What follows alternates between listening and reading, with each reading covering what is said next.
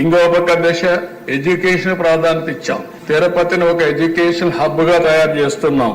IIT, IISER, అదే మరిగా culinary institute ఒకటి, త్రిబుల్ ఐటి కర్నూలులో పెట్టాం, ఉర్దూ యూనివర్సిటీ కర్నూలులో పెట్టాం. ఇవి కాకుండా దేశ సెంట్రల్ యూనివర్సిటీ అనంతపూర్లో పెట్టాం. రాయలసీమని ఒక ఎడ్యుకేషన్ హబ్ గా తయారు చేయాలని తెలుగుదేశం పార్టీ ముందుకు పోయాం.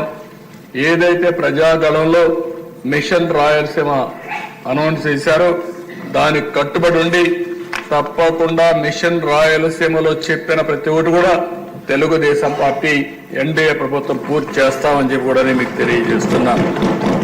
ఈరోజు అధ్యక్ష, రాయలసీమకి ఏదైతే హార్టికల్చర్ హబ్ గా తయారు చేయాలని నీటి సమస్య ఉంది కాబట్టి 90% డ్రిప్ ఇరిగేషన్ కు సబ్సిడీ ఇచ్చాం.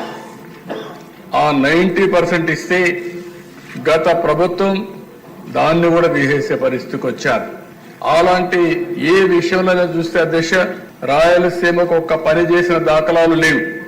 ఇండస్ట్రీ వచ్చిన తిరుపతిలో హార్డ్వేర్ హబ్ గా తయారైందని తెలుగుదేశం పార్టీలో వచ్చింది.